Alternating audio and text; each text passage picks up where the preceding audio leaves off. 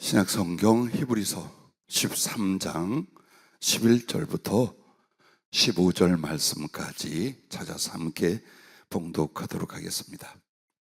이는 죄를 위한 짐승의 피는 대제사장이 가지고 성소에 들어가고 그 육체는 영문 밖에서 불 사름이라. 그러므로 예수도 자기 피로서 백성을 거룩하게 하려고 성문 밖에서 고난을 받으셨느니라. 그런즉 우리도 그의 치욕을 짊어지고 영문 밖으로 그에게 나아가자. 우리가 여기에서 영구한 도성이 없으므로 장차 올 것을 찾나니, 그러므로 우리는 예수로 말미암아 항상 찬송의 제사를 하나님께 드리자. 이는 그 이름을 증언하는 입술의 열매니라. 아멘.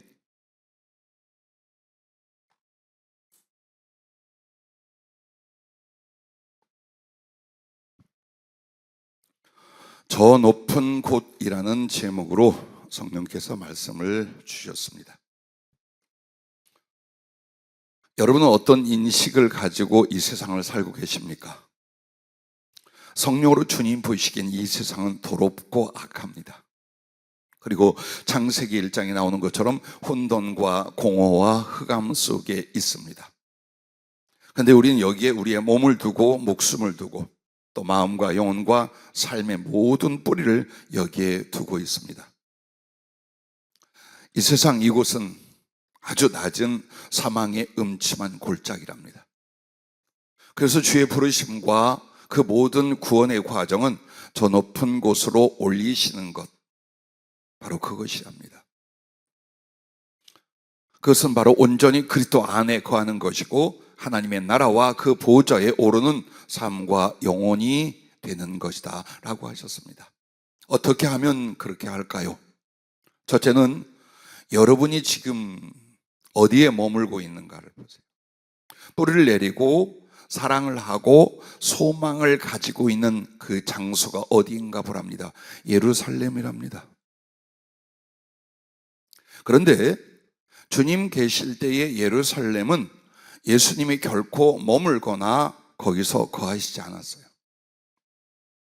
유월절 명절이나 모든 유대인들이 예루살렘 성전을 찾아올 때 외에는 당신은 오시지 않았어요.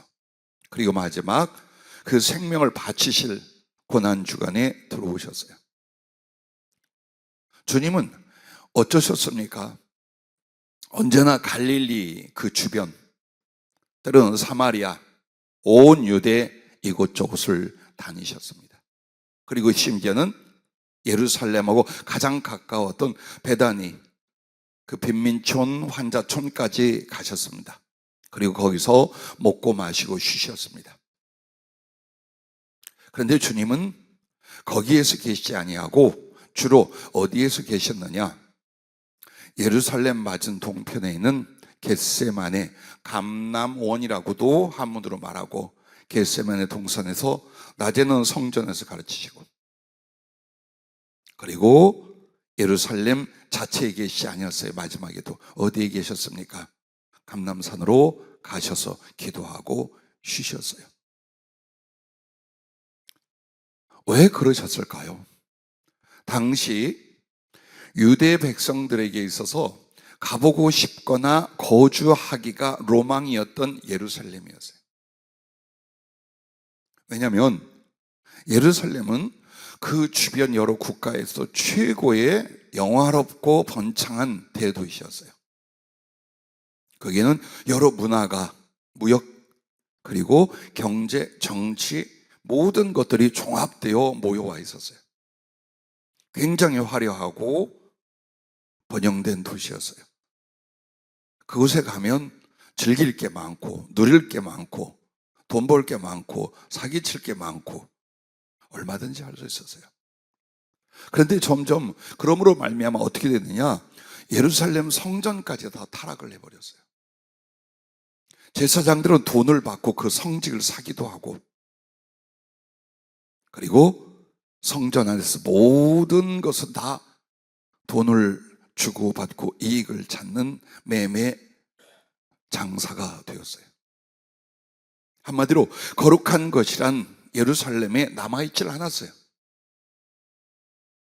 그렇다면 여러분과 내가 예루살렘을 사랑하거나 예루살렘에서 살아보기를 원한다면 어떨까요? 당시 이제 예루살렘이 그랬고 전 세계적으로는 로마가 그랬어요. 그래서 로마 시민권만 가져도 온 세계에서 많은 사람의 부러움을 샀고 큰 권세를 누렸어요. 이처럼 대도시들이 있는데 하필 주께서 오신 유대 땅 예루살렘이 그 유사한 모습이었어요. 그러면 예루살렘은 이제 없어졌는가? 아니요. 그 예루살렘 그곳을 육신이라 세상이라 한다라고 하셨어요. 여러분과 내가 육신적인 소욕과 삶을 영위하고 그걸 위하여 세상적인 방법과 소망과 가치관으로 산다면 여러분은 끝없이 예루살렘으로 들어가 거기서 분기스럽고 좀 살아보려는 바로 그 모습이에요. 왜? 거기 예수님이 없어도 괜찮아. 돈이 있다 이 말이에요. 오늘 여러분 죄송해요. 여기 오늘 밤에 교회 오시면 수억씩 준비된 것을 나눠준답니다 라고 하면 몇 터지겠지요. 그런데 예수님이 피눈물로 모든 사랑과 생명을 주려고 기다리십니다 해도 이 숫자밖에 안 와요. 왜냐하면 돈이 안 돼. 교회 나가는 것이 돈을 벌거나 수입보다 그렇게 귀중하지 않아. 나는 예루살렘을 동경하고 사랑하기 때문이에요. 인간적인 쾌락과 인간적인 애정도 마찬가지예요. 그런 것들은 소중하고 달콤하나 주 예수 그리스도를 찾아 나가는 그 생활이나 시간이나 삶은 무료하고 힘겨워. 지금 그 모습이 바로 예루살렘 안에서 예루살렘을 누리고 얻어보려는 그 정신, 그 상태라는 것입니다. 로마서 8장 5절부터 8절에 육신을 따른 자는 육신의 일을, 영을 따른 자는 영의 일을 생각하나니 라고 말합니다. 육신을 따른다는 게 뭘까요? 육체의 필요, 육체의 욕망, 육체가 원하는 것. 이것이에요. 어쩌면 그것은 기본적인 삶의 필요라고 말할 수 있어요. 그것을 넘어서기 시작하는 거예요. 그때부터 육체의 소욕이라는 말과 육신의 정욕이라는 말 하는 거예요. 항상 나는 그러지 않아. 나는 그래도 내가 신앙이 먼저고 주님이 먼저라고 하는데 여러분의 마음이 가 있는 곳, 시간과 여러분의 수고가 더 많이 가 있는 곳이 주님 쪽입니까? 육신의 필요와 육신의 소욕 쪽입니까? 예루살렘 아닙니까? 영문 밖입니까? 그거 확인하랍니다. 여러분 마음에 큰 감동을 줄 수 있는 말씀도 있고 성령의 감화도 있을 수 있어요. 그러나 나와 여러분이 가장 필요한 은혜는 찔림입니다. 그것을 사모하셔야 돼요. 감동은 힘이 나서 더 그 방향으로 갈 수 있어요. 찔림은 멈추게 합니다. 돌아보게 합니다. 변화되게 만듭니다. 그래서 스가랴서에도 주께서 오실 걸 말하고 그들 안에 그 찌름과 고통이 애곡함이 일어날 것을 말하며 성령으로 복음을 전하는 베드로 사도 앞에 예루살렘 주민들이 말합니다. 그들이 그 말을 듣고 찔려서 우리가 어찌해야 할꼬라고 합니다. 오늘 여러분과 나에게도 은혜 중에 은혜는 그 거룩한 찔림이 일어나서 내가 이렇게 살면 안 돼. 그러면 내가 어떻게 해야 될까? 이것을 사모할 수 있기를 바라고 주님과 그 말씀의 은혜의 열매라고 믿으시기를 바랍니다. 할렐루야. 자, 육신을 따른 자는 육신의 일을, 영을 따르다, 여기서 영은 당연히 성령님을 가리키겠죠. 영을 따른 자는 영의 일을 생각하다니, 자, 생각부터 그렇다는 거예요. 우리의 마음과 삶을 지배하는 그 첫 단추가 생각입니다. 어떤 생각을 하느냐, 그리고 어떤 성향 안에 있을 때 그쪽 방향의 생각을 이 사람은 합니다. 그래서 육신이 먼저요, 육신의 필요가 먼저인 사람은 육신의 생각과 소욕으로 가. 그러나 성령으로 말미암아 주 예수 그리스도와 그 진리를 따르는 사람은 그 성령의 일을 생각한다. 그 성령의 말씀을 생각한다, 그걸 말하는 겁니다. 육신의 생각은 사망이요 영의 생각은 생명과 평안이니라. 마땅히 필요했어요. 마땅히 그것이 있어야 됐어요. 그러나 그 육신의 생각으로 골몰하여 그렇게 살아간 것은 결과가 죽음이고 사망이라는 것입니다. 하지만 고난이 있어요, 궁핍이 있어요, 피곤이 있어요. 그럴지라도 영의 생각을 따른 사람들은 생명과 평안이라고 말씀합니다. 육신의 생각은 하나님과 원수가 되다, 점점 깊어지고 있습니다. 자, 육신을 따른 자는 육신의 일을, 육신의 생각은 사망으로, 그 다음에 육신의 생각은 하나님과 원수가 되나니, 이럼에도 여러분과 내가 육신에 거하겠습니까? 육신을 앞세운 삶을 이끌어 가겠습니까? 결국 주님과 점점 멀어지는 반대쪽으로 가고 있는 거예요. 누가? 성도들이, 신앙인들이 그와 같다는 거예요. 그러면 왜 육신의 생각 하나님과 원수가 되느냐? 이는 하나님의 법에 굴복하지 아니할 뿐 아니라 할 수도 없습니다. 예, 아무리 하나님의 많은 말씀과 생명의 약속을 준다 해도 육신의 생각과 육신의 이의를 쫓고 있는 사람은 절대로 이걸 따를 수가 없다라는 거예요. 그래서 결국 그 존재성이 하나님과 반대, 하나님과 원수가 되고 만다는 거예요. 누가? 교회 다니는 사람들이.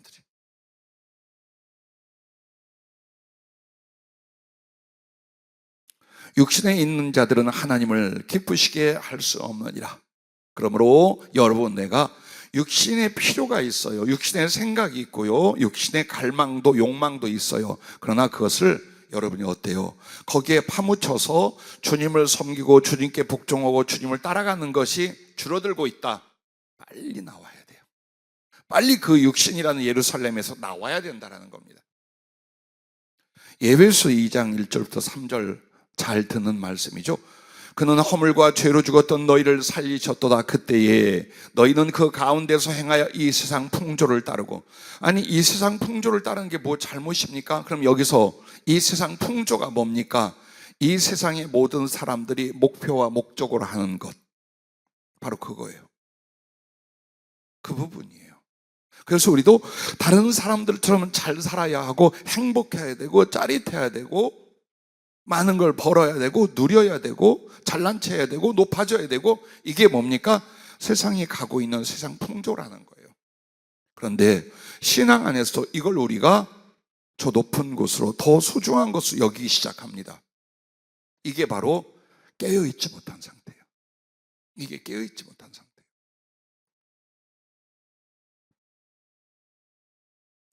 자, 이 세상 풍조를 따르는데 그것만으로 끝나는 게 아니라 공중의 권세 잡은 자를 따랐으니, 마귀라는 것 누가들 알지요.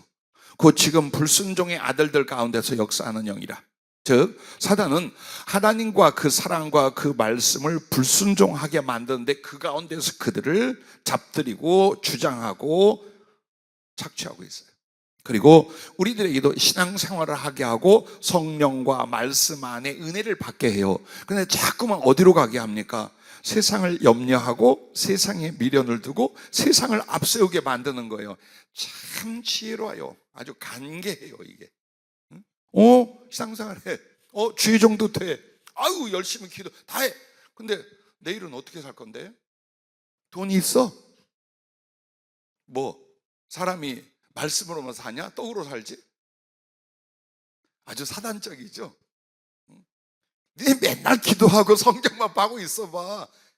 뭐가 있어, 있는 게. 그러고 살았는데 남은 게 뭐 있어. 자식들 어렵게 힘들게 다 그렇게 크고 있고, 집도 당연히 절도 없지. 뭐 있어? 여기 자꾸 크게 들린단 말이에요. 그러면 노력이라도 해봐야겠다. 그래서 마음을 쏟고 힘을 쏟고 그 방향으로 계속 나가는 거예요. 자, 그렇게 하더라면 여러분 이제 허무해지기 시작합니다. 마음에 은혜라는 게 없어요. 하나님에 대한 오해가 일어나요. 그래, 내가 잘못 사니까 지질이 궁상 떨게 만드시는구나. 그래, 내가 믿음이 좀 부족하다고 아주 그냥 시련 연단 속에 집어쳐놓고 계시구나. 기도한다고 내가 변화가 안 되는데 뭐 응답하시겠어? 그러니 뭐 기도는 뭐. 자, 이렇게 해서 한 달란트 받은 종처럼 자꾸 하나님에 대한 오해가 은혜를 잃고 사랑을 잃고 믿음을 잃어버리게 만들어요. 근데 왜 그래요? 자기가 지금 어디에 살고 무엇을 쫓고 있는가를 생각 안 할 때 그와 같다는 것입니다.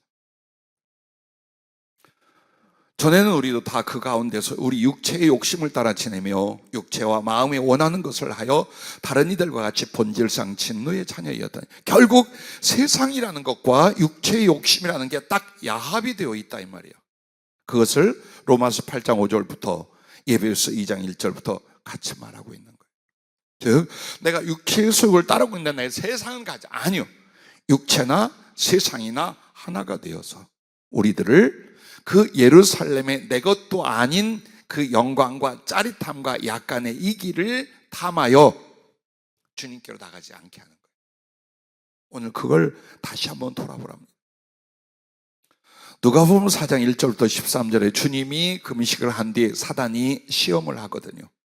근데 그 시험이 뭡니까? 바로 그거예요. 배가 엄청 고플 때인데 바로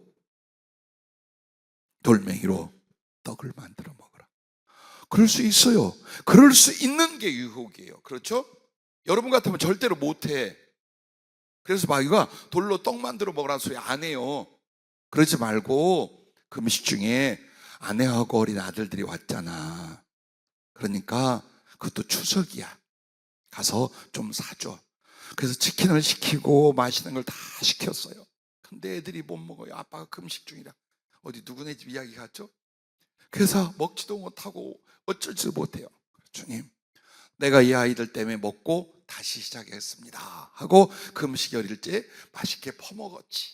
그리고 보내놓고 또 금식을 또 시작하는 거예요. 내 이야기예요. 40일 작전 금식을 들어갔는데 하필 추석에 면회를 왔어. 두 아들 데리고 집사람이. 그래서 치킨이라도 그 개울가서 시켜주고 있는데 못 먹는 거예요. 그게 가슴이 아파요. 좋다 그럼 한쪽 먹고 그렇게 마실 수가 있나. 열흘 뒤에 먹는 치킨 너무 맛있어. 그렇게 해서 두세 번 그 작전기도 어려움을 겪고 시험을 당한 뒤에요. 살펴보니까 한 60여 일을 금식을 했어요. 그런데도 그 심령이 온전치가 않았어요. 자, 그게 육신의 정욕이에요. 더 깊은 건 참 험악하여 말할 수도 없겠지요. 그리고 주님에게 무엇을 말합니까? 천하 만국의 영광을 보여. 이게 안목의 정리예요. 너 나한테 절하면 내가 다 줄 수 있어. 여러분에게도 그런 게 올 수 있어요. 한 방이면 내가 말이야 이렇게 살 수 있는데, 혹은 누군가가 여러분에게 많은 물질이나 혹은 꽤 괜찮은 자리를 쉽게 얻을 수 있다. 나는 그게 전부 다 진실은 아니라고 해요. 왜? 그렇게 쉽게 돈 벌고 그렇게 쉽게 좋은 자리에 올라가면 지가 하지. 자기가 하지 왜 남한테 그걸 하라고 애써요? 응? 그래서 왜 보니 괜찮은 것 같아. 그래서 그것을 취하게 만드는데, 대신 주님으로부터 멀어져야 돼. 사단에게 가까워져야 돼. 그래서 인간적인 눈과 그 눈으로 인한 영광이나 욕망의 것들을 얻으려면 주님 나라와 주님을 바라본 눈을 변질시켜야 돼. 그렇죠? 네, 그렇게 하는 거예요. 그렇게 하고 또 마귀가 주님께 뭐라고 합니까? 성전 꼭대기 높은 곳에서 수십 미터 뛰어내리는데 멀쩡히 뛰어내린다. 모든 사람이 메시아라 하나님의 아들이라 경배하지 않겠어요? 그게 이생의 자랑이에요. 우와 하게 만드는 것. 근데 그 이생의 자랑은 여러분과 나에게 이것도 있어요. 자존심. 그것도 이생의 자랑에 들어가요. 조금만 더 이쁘다는 말과 착하다는 말과 칭찬을 듣고자 하는 것도, 내가 내 수고에 대해서 알아주기를 바라는 것도 전부 다 보니까 이생의 자랑이에요. 많은 크리스찬들이 대권에 도전하고 대통령이 됐었습니다. 우리나라만 해도 대부분 그 권력을 유지하기 위하여 술수 속에 빠져 신앙을 잃은 이들이 꽤 있어요. 결단코 우리들에게 세상의 가치관으로 이야 그거 참 괜찮다, 필요하다, 대단하다, 그걸 위하여 여러분의 마음과 삶이 움직이고 있다면 예루살렘이에요. 거기가 주님이 싫어하고 나와버린 예루살렘이에요. 거기에서 우리가 절대로 저 거룩하고 높은 예수님과 그 나라를 향하여 올라갈 수는 없다. 주님이 오늘 그 말씀을 하고 계십니다. 자, 그래서 한번 보십시오. 얼마나 무서운 것인가. 육신의 소욕을 따르고 세상과 그 정욕을 따르는 하나예가 육신의 정욕을 따랐던 순간으로 다윗은 자기 집안의 정욕적 음행과 살인, 살생이 반복이 됩니다. 우리아의 아내 밧세바를 취하기 위하여 우리아를 죽게 만듭니다. 그리고 밧세바를 자기 아내로 취합니다. 임신한 사실을 속이기 위해서 그렇게 했어요. 돌았지. 그 성군, 그 믿음 좋은 다윗이 왜 그랬을까요? 왜 그랬을까요? 그게 제일 먼저 육신의 정욕인데, 발코니에서 여인이 그것도 아주 아리답고 정말 예뻤나 봐요. 그 여인이 샤워하는 걸 너무 다 봤어요. 안목의 정욕이 육신의 정욕으로 가버린 거예요. 그리고 그것을 절제하지 못하는 거예요. 그때 어떻게 나단 선지자를 통해서 책망을 합니까? 내가 네가 필요하다면 다 줬을 거다. 네가 아쉽다면 내가 더 줬을 거다. 그런데 어째서 네가 내 말씀을 멸시하고 나를 멸시했느냐? 그래서 너희 집에는 계속해서 피가, 칼이 끊어지지 않을 것이다. 그리고 백주 대낮에 네 아내들을 겁간한 일이 벌어질 것이다. 그렇게 해서 형제들 간에 겁탈이 일어나고 거기에 대한 보복으로 살인이 일어나고 결국 아버지까지 죽이려 압살롬이 나타납니다. 그리고 그 압살롬도 비참하게 머리가 대롱대롱 매달려 단창에 찔려 죽임을 당합니다. 이게 무엇을 쫓았더니 육신의 정욕을 따랐어요. 결국 돌아온 것은 이 비참한 배가 망신의 상태였어요. 자, 솔로몬보다 안목의 정욕을 더 원없이 누렸던 사람은 없습니다. 그 솔로몬을 향하여 무엇을 말합니까? 하나님께서 지혜와 총명을 어느 누구보다 더 많이 주셨고 부귀와 영화도 어느 인간보다 더 많이 주셨어요. 근데 그가 그것을 가지고 어떻게 살았는가를 보려면 여러분 전도서를 보세요. 해당되는 구약 성경에서도 전도서를 보면 자기가 가지고 있는 모든 것들, 그래서 한마디로 관심이 가고 눈에 띄면 이걸 전부 다 경험해야 하고 파악해야 되고 누려봐야 돼요. 느껴봐야 돼요. 심지어는 술에 취해서 미친놈처럼 되는 것까지 다 경험을 해봅니다. 처첩을 1000명이나 거닐게 됩니다. 금이 길바닥에 돌멩이 같았던 시대입니다. 그런데 그렇게 안목의 정욕을 누렸던 솔로몬에게 마지막은 뭡니까? 하나님을 떠나고 그 마음이 주님을 저버려요. 그리고 자기는 아무것도 없어요. 그래서 주님이 마태복음 6장 29절에 그러나 내가 너희에게 말하노니 솔로몬의 모든 영광으로도 입은 것이 이 꽃 하나만 갖지 못하였느니라. 그 비참함, 그렇게 많은 걸 모았고 누렸으나 그에게는 하나님을 떠난 심령 상태, 모든 걸 잃어버리는 상태, 꽃 한 송이보다도 못한 그 영광, 그 영화였던 것을 성경은 말합니다. 동시에 여러분과 내가 잘 아는 이생의 자랑을 얻고 지키려던 사울을 보십시오. 그 왕위가, 그 왕권이 지 것입니까? 자기의 노력으로 됐습니까? 아니거든요. 아무런 상관없는 한 젊은이에게 하나님께서 그에게 사무엘을 통해서 왕을 삼았어요. 그럼 겸손해야지. 근데 왕위, 왕권을 맛보니까 세상에 가장 높은 자야. 자기 말 하나에 살고 죽어. 이 권력 모두 다 그 앞에 머리를 조아리고 엎드려. 모든 걸 다 바쳐. 이게 이생의 자랑이에요. 그리고서 그것을 지키고 계속 이어가기를 바라는 그는 결국 그것 때문에 하나님을 잃어요. 사람도 잃어요. 자식과 사랑했던 모든 것도 잃어요. 그리고 목숨과 함께 영혼도 다 잃어버린 비참한 멸망의 존재가 됩니다. 그래서 여러분과 나를 육신의 소욕이나 세상과 그 정욕으로부터 구원하는 거예요. 거기로부터 구원하려는 거예요. 우리를 구원한다는 게 뭔가 그냥 무조건 천국 가는 거 아니, 여러분은 지금 그 허영과 멸망의 예루살렘을 사랑했고 거기에 발붙이고 그걸로 먹고 마시고 그걸로 살아가는 거예요. 그러면 어떻게 할까요? 영문 밖으로 나아가라 라고 하신 거예요. 오늘 히브리서 13장 11절부터 이 13절 말씀이 무엇입니까? 속죄 제물 그리고 다른 제물 중에도 그리고 속죄 제물은 그 살 자체 다 밖으로 내다가 태워요. 똥을 버리고 죄를 버리는 곳에서 속죄 제물 그 몸도 함께 태우게 돼 있어요.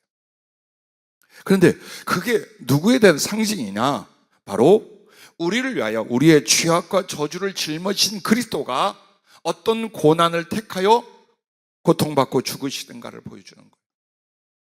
그러면 주님은 예루살렘에서 돌아가신 게 아니라 영문 밖으로 나갑니다. 그 영문은 가까이는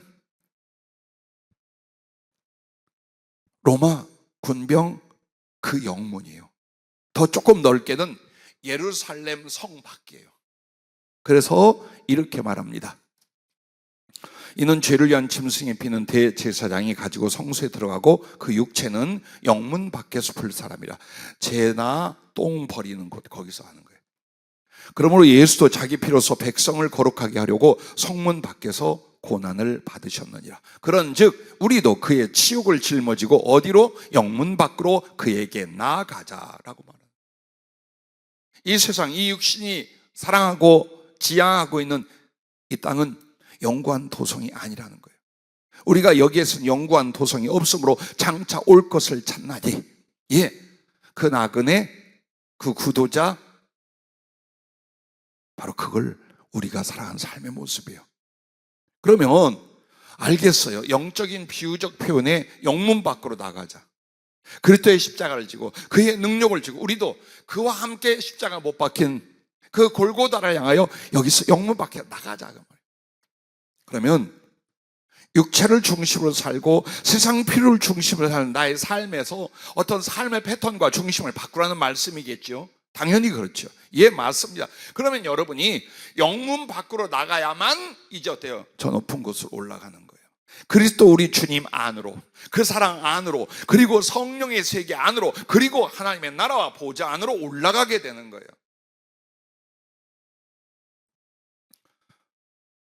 몸과 물질적인 여러분이 고통과 어려움을 가끔 겪으시지요. 주님이 안 이뻐해서, 주님이 사랑하지 않아서인 줄 알죠. 그게 바로 영적 오해예요. 거기서 나오게 하는 거예요. 정신 차리게 하는 거예요.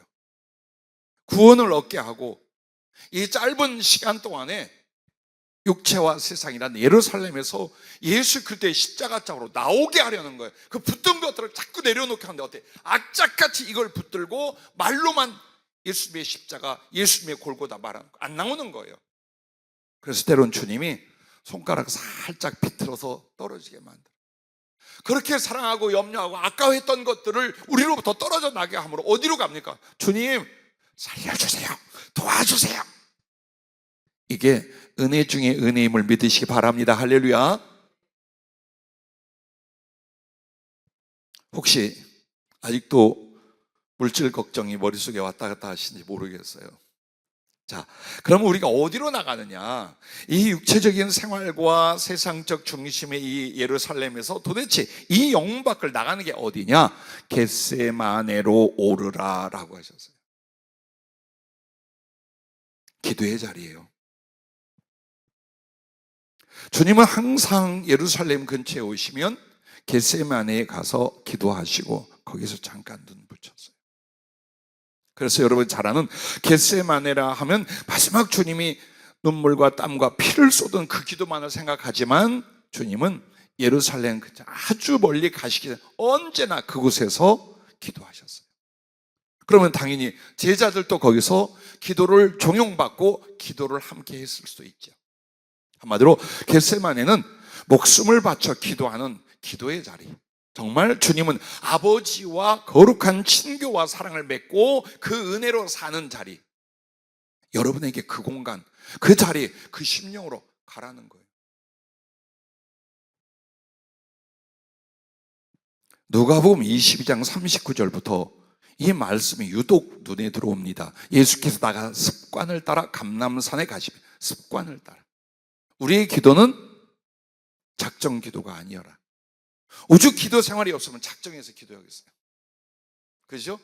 주님처럼 어때요? 주님은 40일 금식을 하셨어요.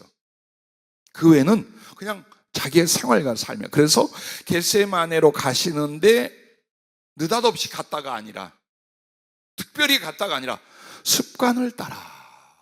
이 구절을 잊지 말아야 돼요. 즉 정말 주님을 향하여 온 영혼을 쏟는 그 기도가 여러분과 나의 습관이 되고 생활이 되고 삶이 되게 만드는 거예요. 거기까지는 여러분과 내가 가야 되는 거예요. 급할 때, 어려울 때, 혹은 마음이 힘들 때, 그때만 주여 주여 하는 것 맥이 끊어지고 다시 예루살렘으로 돌아가게 돼 있어요.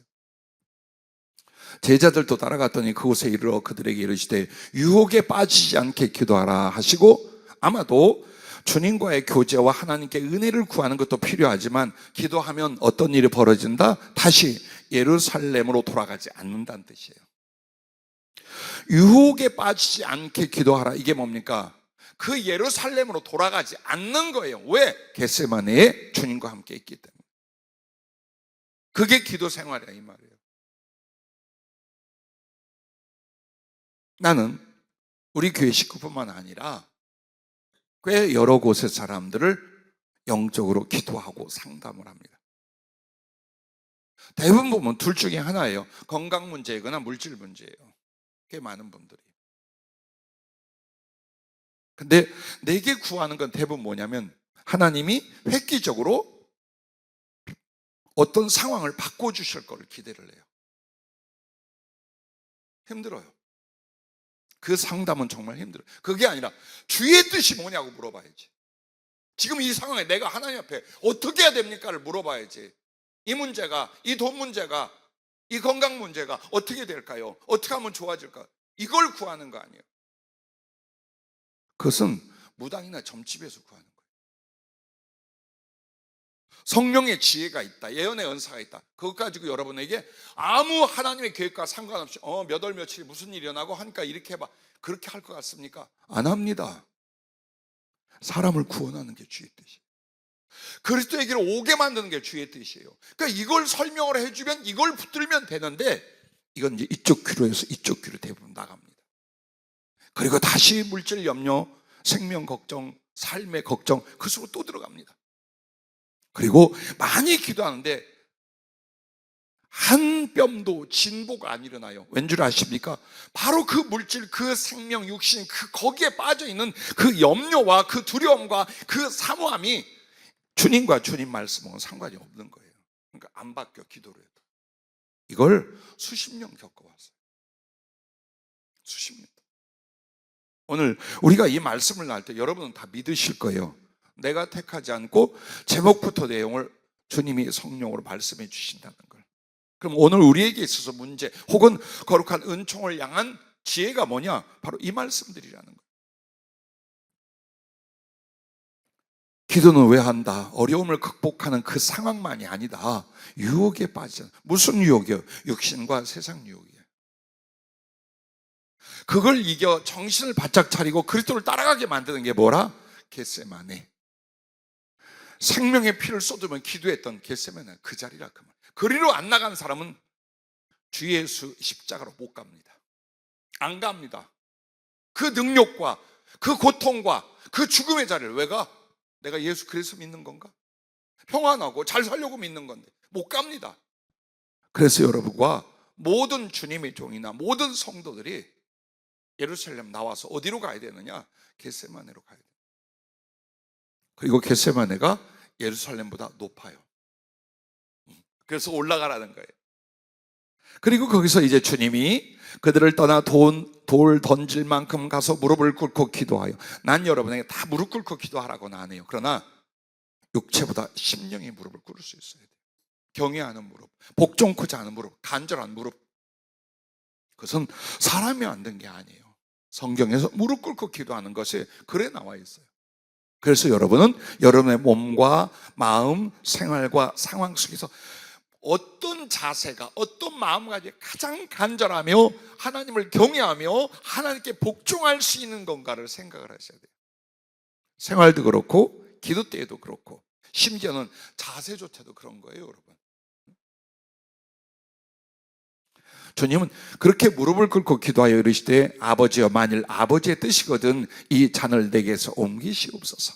자, 이제 한 인간으로 우리와 똑같은 연약한 성정을 가진 우리 주님도 이제 이 저주의 십자가를 조금 있으면 아버지께 버림받고 모두가 떠날 거예요.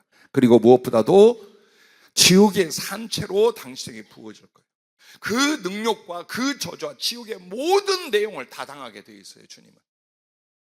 주님은 한마디로 지옥이라는 하나님의 설정한 율법과 그리고 사단이 그것을 가지고 농락할 수 있는 모든 관계의 옵션을 예수님 한 분에게 다 붙게 돼 있어요. 그렇게 당하는 거예요. 사람이 당하는 지옥이 아니었어요. 십자가 6시간, 십자가 3시간은 바로 지옥을 당한 시간이에요. 그러니 육신을 가진 주님이 그것을 할렐루야 즐겁게 하겠어요? 정말 육의 마음은 어때요? 이거 안 지고 안 당하고 구속을 이루었으면, 그래서 피를 쏟기 시작한 거예요. 그런데 어떻게 이기십니까? 당신의 유혹은 그거였어요. 그 고난 안 당하고 그 능력과 지옥 안 당하고 아버지의 뜻을 이룰 수 있지 않느냐? 너는 하나님의 아들이지 않느냐? 너는 그런 능력이 있지 않느냐? 근데 그게 뭡니까? 그게 바로 당신한테는 유혹인 거예요. 이걸 이기려고 땀이 피가 되도록 쏟아 기도를 하십니다. 그렇게 해서 결국 그러나 내 원대로 마으시옵고 아버지의 원대로 되기를 원하나이다. 이렇게.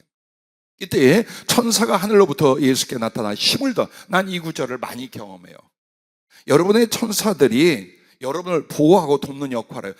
가장 많은 은혜와 힘을 줄 때가 언제인 줄 압니까? 기도할 때예요. 만약 여러분의 영의 눈이 열면 볼 거예요. 어떻게 천사들이 기도하는 사람을 돕고 영적으로 힘을 주고 육체적으로 지원을 하고 있는지를 볼 거예요. 수십일 금식을 하고 몸이 탈진하고 피오줌을 싸고 못 일어날 때였습니다. 주변에서 돌아가면서 저를 위해 금식하고 와서 같이 해주는 사람들이 있었고, 그런데 공동묘지에 있는, 그렇게 하면 그 장소가 어느 기도원인지 알 거예요. 그 기도원에 있는 공동묘지에 가서 비석을 끌어안고 쓰러졌습니다. 마음도 더 이상은 못하겠고 몸도 더 이상은 버틸 수 없었습니다. 근데 그때에 하얀 독수리 한 마리가 쫙 날아오더니 나를 감싸기 시작하는 거예요. 근데 꼭 배터리 떨어진 게 충전되는 것 같은 거예요. 마음도 정신도 몸에도 힘이 솟는데 난 주님인 줄 아니래요. 중보기도라고 그러더라고요. 나를 위해 기도하는 이들, 그들의 영을 비유적으로 보여준 거예요. 그래서 그 크고 현 독수리가 와서 공동묘지 비석 잡고 들어놓아. 난 이제 죽는다. 차라리 죽는 게 낫다고 있는데 딱 덮는데 그 따스함과 힘이, 감동이 막 올라오면서요, 나머지 금식을 다 할 수 있었어요. 예, 중보기도의 영이며, 그리고 또 천사들이 또 도와요. 성령님도 그때 가장 강력한 은혜를 주는 게 여러분의 기도의 때예요. 그것도 절실하고 진실한 기도의 때예요. 그래서 이 비밀을 아는 사람은 기도를 포기 않는 거예요. 기도를 다른 것하고 바꾸질 않아요. 성경에 기록된 건 예수님에게만 그렇다는 게 절대 아닙니다. 예수께서 힘쓰고 애써 더욱 간절히 기도하시니 땀이 땅에 떨어지는 빗방울 같이 되더라. 기도 후에 일어나 제자들에게 가서 슬픔으로 인하여 잠든 것을 보시고 이르시되 어찌하여 자느냐. 오늘 우리가 들을 수 있기를 바랍니다. 어찌하여 자느냐. 시험에 들지 않게 일어나 기도하라 하시라. 주님께 가장 중요한 겟세마네 제자들 이끌고 온 이유가 뭡니까? 당신을 위하여 기도하게 하신 것보다 이제 일어날 시험을 이길 수 있도록, 그렇다면 우리의 기도에 있어서 가장 큰 건 아버지께 돌릴 영광과 주님과의 사랑의 친교도 있어요. 그리고 은혜를 얻고 해결하는 문제도 있어요. 더 중요한 건 뭡니까? 예루살렘의 유혹을 이기는 거예요. 예루살렘의 당시 왕이 됐던 사단의 세력의 유혹을 이기고 예수 그리스도를 끝까지 쫓아가게 만드는, 그게 기도예요. 그래서 겟세마네로 가라라고 하신 거예요. 저는 기도를 머물고 기도하들고 겟세마네였고, 마지막에 이렇게 피를 쏟는 기도도 거기에서 드렸고, 승천하신 곳도 여러분 어디예요? 사도행전 1장 12절 제자들이 감람온이라 하는 산으로부터, 즉 주님의 승천이 이 겟세마네 동산에 있었어요. 그리고 여러분, 예수님이 재림할 때 어디로 오신 줄 압니까? 예루살렘이라 말해요. 근데 스가랴서 14장 4절은 정확히 예언이 되어 있습니다. 그날에 그의 발이 예루살렘 앞 곧 동쪽 감람산에 서실 것이요. 정확히 말해요. 승천도 거기에서 했고 재림도 그쪽으로 해요. 자,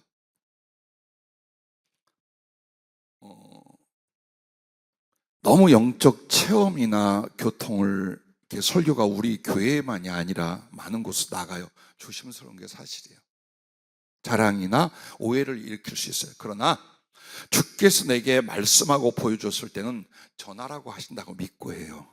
그게 엊그제 기도할 때 여기서 주님께서 나를 올라가던 그 보좌의 계단은 늘 말하는 그 야곱이 올라갔던 계단과 같아요. 그리고 그 야곱의 계단을 여러분 공중에 이렇게 딱 떠 있는 줄 알잖아요. 그렇지 않아요. 구름이 딱 양쪽을 덮고 감싸있어요. 큰 구름들이요. 그리고 길 하나만 쫙 희게 빛나는 계단이 끝도 없이 있어요. 어느 상징과 비유로 주님이 한번 천국 전체와 보좌를 비례해서 보여줄 때가 있었어요. 그때에 만약에 새 예루살렘은 성국 전체가 하나의 도시와 성읍이라면 이 성읍의 넓이보다 길이보다 더 높은 첨탑이, 시고 빛나는 금으로 된 높은 첨탑이 딱 멀리서 본 데 서 있게 만든, 그와 같이 하나님의 보좌는 물리적인 거리로가 아니라 거룩하심에 있어서 하나님의 영광의 본체에 있어서 너무나 높이 존재하신, 그걸 말하는 거예요. 그래서 그 보좌 위로 주님이 데리고 가시네 좋아라 따라가는데, 그날따라 왜 그렇게 먼저 영적으로 가는데 끝도 없어요. 주님, 그래서 불렀더니 강아지나 애기를 옆구리에 끼듯이 이렇게 딱 끼고 막 올라가 주시는 거예요. 성큼성큼. 그리고 맨 위에 올라가시더니 바로 보좌 뒤쪽을 딱 보여주는데, 그 높이의 산에서부터 쫙 산처럼 되어 있는데요, 숲이에요. 짙게 우거진 녹음을 숲에 길이 하나 오솔길처럼 싹게 나 있는 거예요. 주님이 이게 무슨 길이에요? 그랬더니 주님이 웃으면서 이렇게 표현한 거예요. 이게 왕의 산책로이니라. 그렇다면 그 왕은 주님의 산책이며 동시에 하늘에 있는 자들을 왕 같은 제사장, 모두 다 왕으로서 표현해요. 그러니까 주님과 그의 사랑하는 제자 혹은 친구들이 거기에서 뭔가 사랑의 교제와 그 사랑을 나눈 장소들이라는 거예요. 그래서 저를 데리고 내려가는데 저쪽에 주님이 호렙산, 신의 산은 호렙산이 보여요. 이쪽으로 아주 맑게 빛나는 갈릴리 호수와 그 주변이 보여요. 그리고 나를 데리고 간 것은 겟세마네 동산이었어요. 큰 시커먼 바위가 하나 있는데 그 바위가 반이 이렇게 V자로 딱 쪼개져 있어요. 근데 주님이 등받이처럼 딱 기대고 앉으시니까 내가 보는 왼쪽에 모세, 그리고 오른쪽에 엘리야가 다 같이 앉으시더라고요. 그리고 내가 늘 사랑하고 좋아하는 바울, 베드로, 주님 제자 요한 세 분이 동그랗게 앉으셨어요. 그리고 나를 가운데 뒀어요. 그분들과의 대화, 그분들이 준 은혜의 선물들은 나중에 이야기를 할게요. 그렇게 체험하고 돌아왔는데 오늘 성경을 보다가 울고 웃고 벌벌 떨고 별일이 다 일어났어요. 자, 난 여러분이 설명 안 해도 힌트를 잡길 바래요. 스가랴서 14장 4절 다시 한번 읽어드립니다. 그날에, 즉 예수님이 재림이 됩니다. 그의 발이 예루살렘 앞 곧 동쪽 감람산에 서실 것이요, 감람산은 그 한 가운데가 동서로 갈라져 매우 큰 골짜기가 되어서 산 절반은 북으로 절반은 남으로 옮기고 라는 말씀을 읽다가 펑펑 울고 벌벌 떨고 난리가 났습니다. 왜 그랬을까요? 무엇 때문이었을까요? 제가 미리 간증한 겟세마네 동산을 주님과 함께 잠깐 나눌 때에, 그리고 나서 2, 3일 뒤에 이 구절을 읽다가 그랬어요. 어느 부분 때문일까요? 경혜 집사님, 나 눈 마주치고.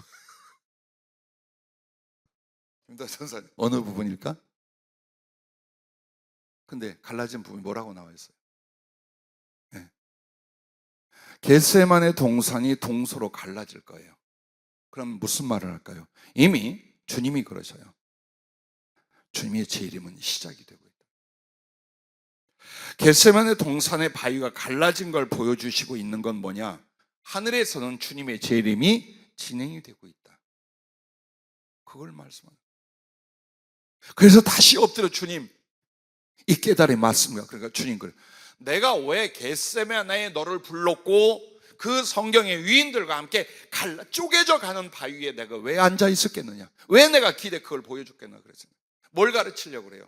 난 여러분들에게 20년, 30년 같이 재림에 대한 설교 거의 안 하죠. 휴거나 재림에 대해서 말 많이 안 했습니다. 주님이 그 얘기를 하늘에서는 이미 주님의 재림이 진행이 된대요. 주님, 혹시 난 이렇게 생각했습니다. 주님이 기도하실 때에 그 피눈물로 쏟아 기도할 때 그래서 바위가 터졌나? 주님이 십자가에 죽으시고 그 부활을 전에 성도들이 무덤이 터지고 할 때 그때 터졌나? 그렇게 생각했어요. 주님 뭐라고 하는, 이렇게 표현한 거예요. 부활과 재림이 왜 연결이 안 되냐? 네 머릿속에서. 혹시 그 바위가 부활을 인하여 터졌어도 그 부활이 뭘 말하느냐? 바로 주님의 재림을 가리키는 거예요. 성도들의 부활이 언제 일어나요? 주님 재림 때 일어나요. 그 바위가 갈려져 있다는 건 주님이 오셔서 그 겟세마네 동산이 반으로 갈라질 걸 나한테 가르쳐 준 거예요. 근데 하늘에서는 어때요? 이미 진행이 되고 있다. 정말 정신이 확 깨기 시작하는 거예요. 그래요. 언제나 우리 세대는 아닐까요? 제가 농담 삼아 아마도 우리 세대는 아닐 겁니다. 예, 그럴 수도 있어요. 중요한 건 우리들의 믿음이요, 하늘에서 뭘 하는가를 아는 그 거룩한 지식의 정보입니다. 하늘에서는 주님 재림의 계획이 진행이 되고 있어요. 우린 지금 그때를 살고 있어요. 그래서 보십시오. 주님께서 겟세마네에서 승천하시고 겟세마네에서 십자가를 지시고 겟세마네로 다시 오셔요. 재림. 왜 그럴까요? 왜 그렇게 겟세마네로 하셨을까요? 대답은 여기에 있습니다. 누가복음 21장 34절부터 너희는 스스로 조심하라. 그렇지 않으면 방탕함과 술 취함과 생활의 염려로 마음이 둔하여지고 뜻밖의 그날이 덫과 같이 너희에게 임하리라. 이 날은 온 지구상에 거하는 모든 사람에게 임하리라.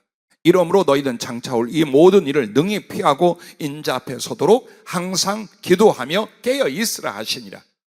예수께서는 낮에는 성전에서 가르치시고 밤에는 나가 감람원이라 겟세마네라는 곳에서 그 쉬신이 이렇게 표현되어 있습니다. 자, 결국 주님의 재림은 누구에게 한다는 거예요? 누가 그리스도 예수 우리 주님을 배웁는다는 거예요? 기도로 깨어있는 사람들이라는 거예요. 그걸 가르쳐 준 거예요. 주 예수께서 이 세상에 찾아올 때 누가 만나고 누가 영접하고 누구를 만나냐? 기도로 깨어있어.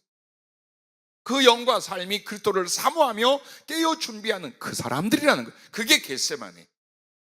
그거 언제 해야 돼요? 지금이요.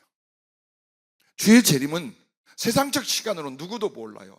그러나 하늘에서는 뭘 가르쳐 주는 거예요? 이미 계획이 진행이 되고 있다는 거예요. 그냥 널브러져서 우리 세대는 아니야, 아무리 몇백 년 더 지나가지 않을까? 이렇게 하면 안 된다는 거예요. 나는 왜 사도 바울이나 베드로 사도 같은 이들이 곧 주님이 재림할 것처럼 가르쳤고 그렇게 믿고 살았습니까? 그리고 2000년이 지났는데 그들은 알았던 거예요. 그 천년이 하루 같고 하루가 천년 같은 그 이 시간의 개념이 아니라 하나님의 의지, 우리 주 예수 그리스도의 계획과 그 의지가 하늘에서 이미 재림이 시작이 되고 있다는 걸 알고 있었던 거예요. 그 가슴을 갖고, 그렇다면 우리가 주 예수 그리스도를 영접한다는 게 뭡니까? 오실 주님을 깨어 기도하는 거예요. 그래서 예루살렘에 있으면 안 된다. 예루살렘은 불바다가 될지언정 어디로 오셔요? 겟세마네로 오셔요. 감동과 두려움이 어땠겠어요? 스가랴서하고 나를 성령으로 이끌어 가서 주님 보여주시는 겟세마네하고 겹쳐질 때에 그 감동과 두려움이 얼마나 심했겠어요. 그래서 주일날 꼭 이 말씀을 전하려다가 미리 하고 두 번 할지 몰라.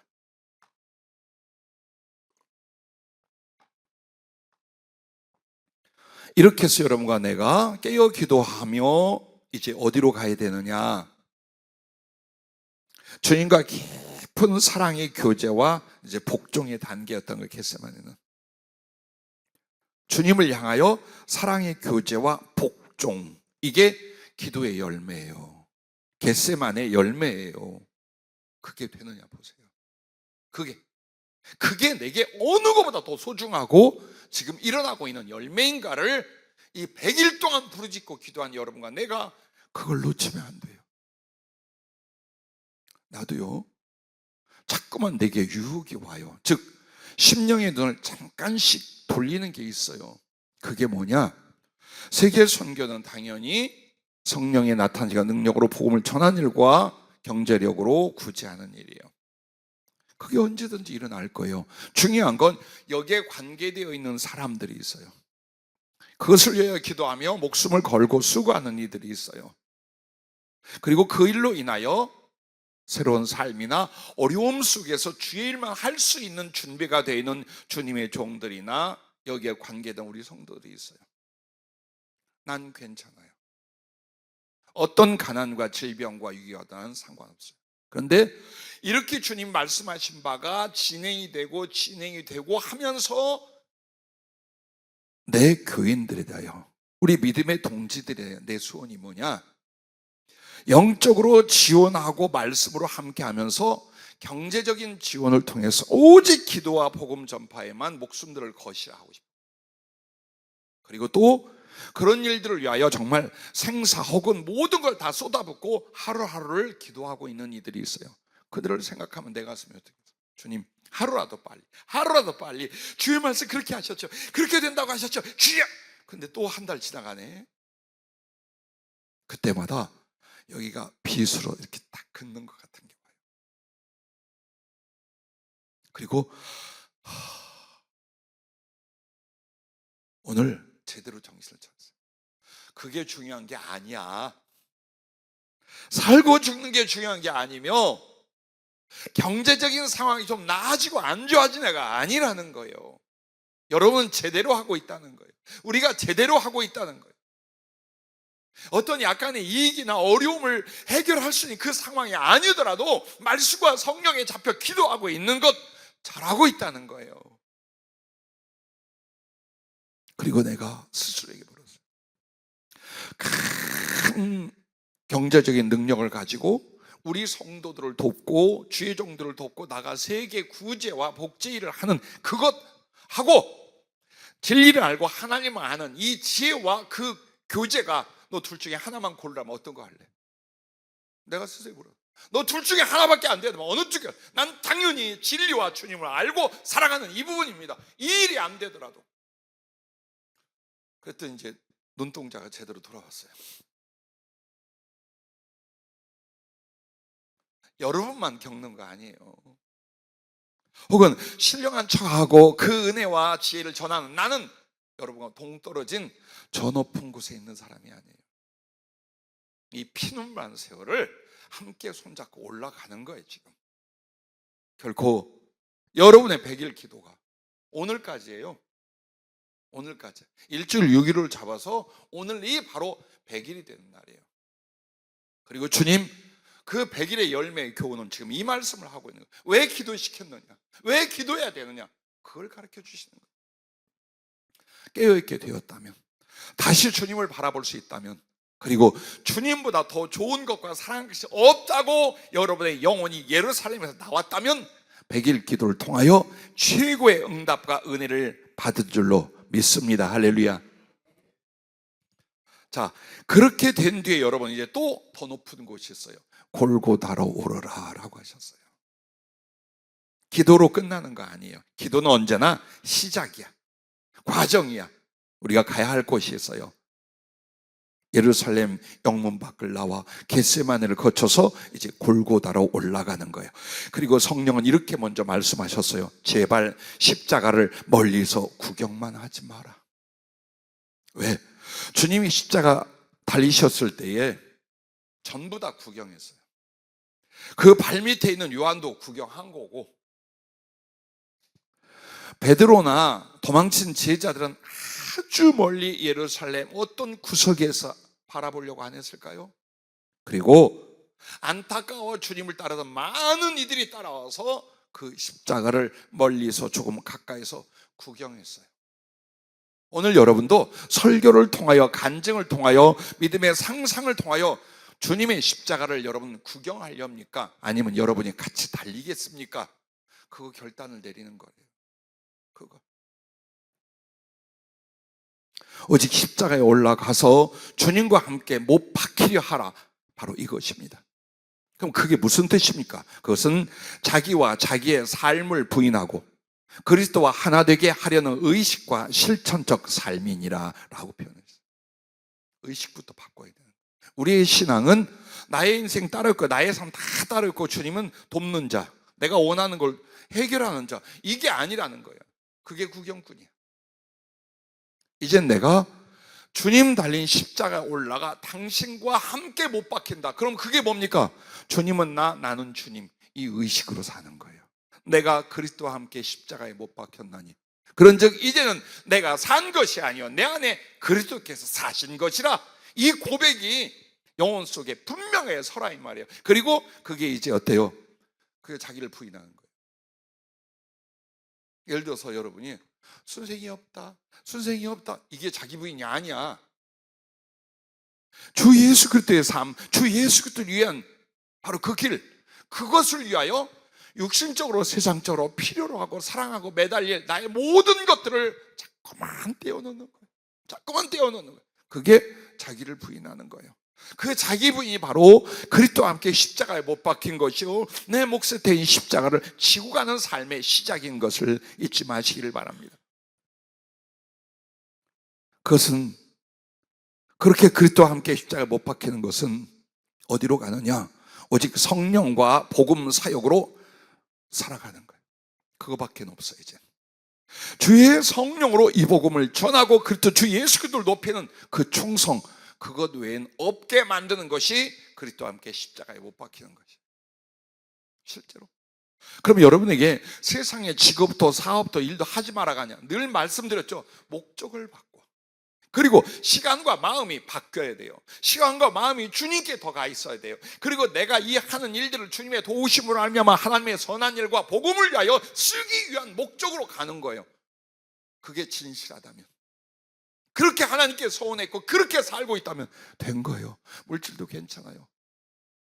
부귀영화도 괜찮아요. 세상의 어떤 권력과 지위도 괜찮아요. 분명히 그 사람은 그것에게 굴복 안 하고 그것으로 영혼을 구원하며 하나님을 영화롭게 할 사람이거든요. 이 과정이 있는 거예요.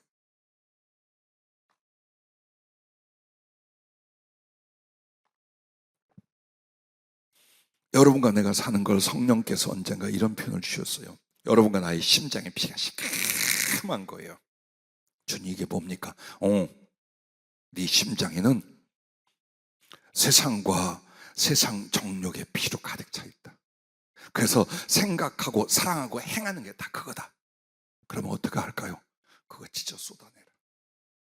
네 심장을 터뜨려서 그 시커먼 세상과 그 정욕이라는 피를 쏟아내라. 그때에 내 피가 네 심장 안에 가득히 부어질 것이다. 예, 우리를 부인하는 삶은 그냥 부인이 아니에요. 그리스도를 채우기 위해서요. 주 예수의 보혈이, 주 예수의 영이 내 안에 가득하게 하여 세상과 그 정욕이라는 것, 삶의 염려와 그 미련이라는 것, 그것을 저쪽으로 던지는 거예요. 자아는 무엇이며 자존심은 무엇이겠습니까? 내일의 소망도 내일의 염려도 무엇이겠습니까? 바꾸는 거예요. 오직 주님으로. 그때 바로 예수님의 피가 성령으로 여러분의 심장 안에 가득하게 채워질 줄로 믿습니다. 그리고 이것은 비유가 아니에요. 이제부터 주의 보혈이 점점 들어올수록 여러분 뜨거워지게 돼 있어요. 왜 안 뜨거워지느냐? 아직 찢어서 안 빼. 자아라는 것을, 세상과 그 염려 혹은 그 정욕이라는 피를 안 빼. 그리고 그 위에 그리스도의 피가 성령으로 부어지기를 바라는, 안 돼요. 그거 절대로 안 돼요. 바꿔야 돼요. 쏟아내야 돼요. 하나님의 성령은 언제나 보혈과 함께 역사해요. 보혈의 모든 역할을 해주신 것이 하나님의 성령이에요. 내 심장이 그리스도의 사랑으로 말미암고 내 심장의 피가 바로 그리스도의 피, 성령이 되려면 어때요?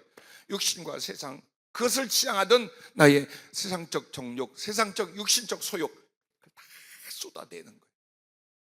어디에서요? 날마다 기도할 때 하는 거예요. 하나님의 말씀의 칼로 기도의 자리에서 그 행위를 하는 거예요. 그래서 주님의 성령 여러분에 임하는 건 어느 정도의 기도의 시간으로 되는 게 아니에요. 얼마나 내 심장을 찢어 세상과 그 정욕이라는 피를 다 쏟아내는 거예요. 이 기도를 통해 들어오는 거예요, 여러분. 성령은 절대로 속이거나 우리가 위선으로 말할 수 없어요. 그분은 진실해요. 진리의 영은 진실해요. 대신 뭘 진실하냐? 내가 내 심장을 얼만큼 찢어서 세상과 육신의 것들을 쏟아내느냐를 통해 성령님이 그리스도의 보혈로 내 안에 채워지게 된다, 그 말입니다. 여러분과 나는 세상에 나가 복음을 전하고 영혼들을 사랑하고 구원할 때에 성령의 나타남과 능력으로 하자고 생각합니다. 하나님의 도우심과 그 역사하심으로 영혼을 구원하며 하나님의 사역을 이루고자 합니다. 그러려면 여러분에게서 나가는 거예요. 여러분의 가슴 속에 있는 그 피가, 여러분이 만들어 놓은 예수의 보혈이 흐르는 그 심장, 그 피에서 하나님의 역사, 성령의 능력, 그리스도의 가슴이 거기서 나간답니다. 근데 그게 준비가 안 돼. 어디서 나와요? 하늘에서 떨어져? 이건 진리가 아니에요. 하나님은 우리의 일을 원하는 게 아니라 나를 만드시고자 한 거예요. 작게 만들었지만 나를 통해 하나님의 생명과 사랑과 능력이 나가게 하는 건 나를 그렇게 만들어 주시는 거예요. 그 거룩한 욕망과 믿음을 가지고 오늘부터 심장 찢을 수 있기를 바랍니다. 그때 여러분이 그토록 삼아는 성령과 주 예수의 보혈이 여러분에 가득하고, 숨을 쉴 때에, 사람을 만날 때에, 나아갈 때마다 위로는 주님과의 아주 깊은 영적 사랑과 교제가 이루어질 것이요, 사람들에게 거룩한 하나님의 사랑과 생명이 때로는 말씀으로, 때로는 성령으로, 때로는 사랑으로 나가게 될 줄로 믿습니다. 이렇게 되어 여러분은 다시 예루살렘으로 내려갈 거예요. 왜? 그 세상을 구원하러 가는 거랍니다. 이 과정 없이는 여러분이 돌아가는 세상은 다시 잠식당해, 다시 예루살렘의 존재로 바뀌어버린답니다. 그래서 여러분과 나를 산골짜기에 암자 오두막 만들어 거기서 수도 생활하라고 앉는 이유가 뭔 줄 압니까? 세상을 구원하러 갈 거예요. 주님처럼.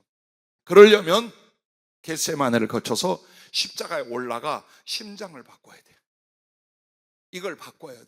그래야 저 유혹의 세상에 가도 어떤 물질이나 혹은 사업이나 인간적인 애정이나 관계나 모든 유혹 앞에도 여러분 어때요? 그리스도의 보혈로, 그리스도의 가슴으로, 그리스도의 성령으로 사람을 살리고 원수를 이기게 될 줄로 믿습니다. 그래서 오늘 말씀이 이거예요. 세상에 빠져 살던 자가 그리스도를 따르기 위해서 그 세상을 버리니 세상을 구원하는 자가 되더라. 할렐루야. 그 과정을 가르쳐 말씀하신 거예요. 자, 제자들은 그 감람원 겟세마네에서 주님을 승천을 바라보고 말씀을 받고 어디로 오냐? 다시 예루살렘으로 돌아옵니다. 그리고 그 예루살렘에서 남은 열흘 동안 기도하다가 성령의 충만한 강림의 역사를 입게 됩니다. 그렇게 하고 바로 복음을 전하는데 어떤 일이 벌어집니까? 이렇게 됩니다. 그들이 이 말을 듣고 베드로의 그 성령 충만한 말씀을 듣고 마음에 찔려 베드로와 다른 사도들에게 물어 이르되 형제들아 우리가 어찌 알고 하거들 베드로가 이르되 너희가 회개하여 각각 예수 그리스도의 이름으로 세례를 받고 죄 사함을 받으라. 그리하면 성령의 선물을 받으리니 이 약속은 너희가 너희 자녀와 모든 먼데 사람 곧 주우리 하나님이 얼마든지 부르시는 자들에게 하신 것이라 하고 또 여러 말로 확증하며 권하여 이르되 너희가 이 패역한 세대에서 구원을 받으라 하니 그 말을 받은 사람들은 세례를 받음에 이날의 신도의 수가 3,000이나 더하더라. 왜 우리가 이런 하나님의 역사를 이루지 못했느냐? 영문 밖으로 안 나가려고 그래요. 그리스도를 찾아 그 능력과 수고, 죽음이라도 불사하며 나의 삶의 안전 혹은 이 세상의 염려와 미련, 그 예루살렘이라는 데서 나가야 되는데 안 나가고 기도, 안 나가고 주의를 하려고 하는 거예요. 그래서 세상은 여전히 육신적이고 사단적이고 하나님을 저버리고 있어요. 나나 여러분에게 마지막 사명이 무엇입니까? 오늘 이 말씀이에요. 첫 번째 사명이면 마지막 사명이 이겁니다. 그래요, 세계 선교도 중요해요. 더 멋지고 큰 일도 할 수 있어요. 그러나 예루살렘을 나가지 않으면 안 돼요.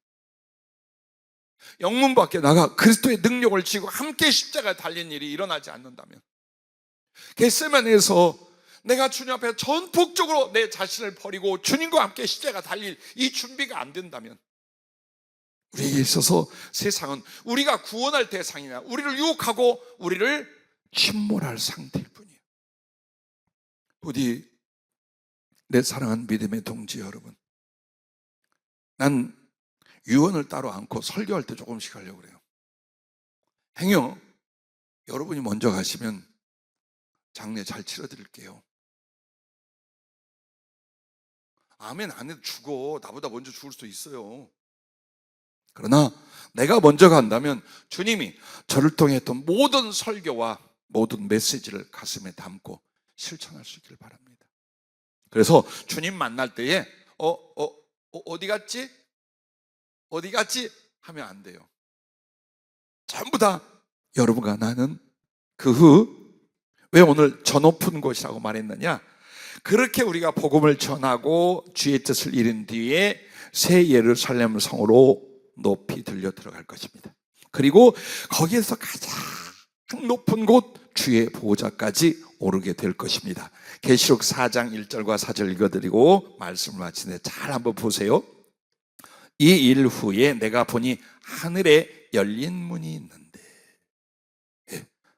하나님 나라를 새 예루살렘 성이라고 계시록에 말하잖아요.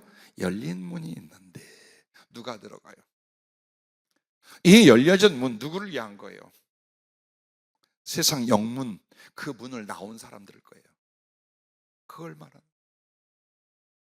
세상이란 육신이란 그 문을 열고 나온 그 사람들을 위하여 하나님의 나라의 새 성문을 열어놓은 거예요. 이리 들어오게 만드신 거예요.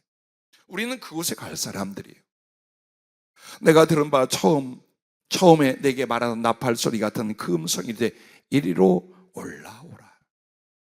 이것은 단지 그 장면, 그 내용에만 한 말이 아니에요. 주님이 항상 우리에게 주신 초청이 뭡니까? 이리로 올라오래요. 어디로요 주님? 십자가 위로. 어디로요 주님? 내 가슴으로. 어디로요 주님? 내 나라 내 보좌로. 그래서 여러분과 나는 끊임없이 낮고 천한 곳에서 사망의 음침한 골짜기에서 주님을 향하여 올라가는 사람인 줄로 믿습니다. 이후에 마땅히 일어날 일들을 내가 내게 보이리라 하시더라. 내가 곧 성령에 감동되었더니, 보세요, 이 모든 일들에 필요한 게 뭡니까? 성령이신 거예요.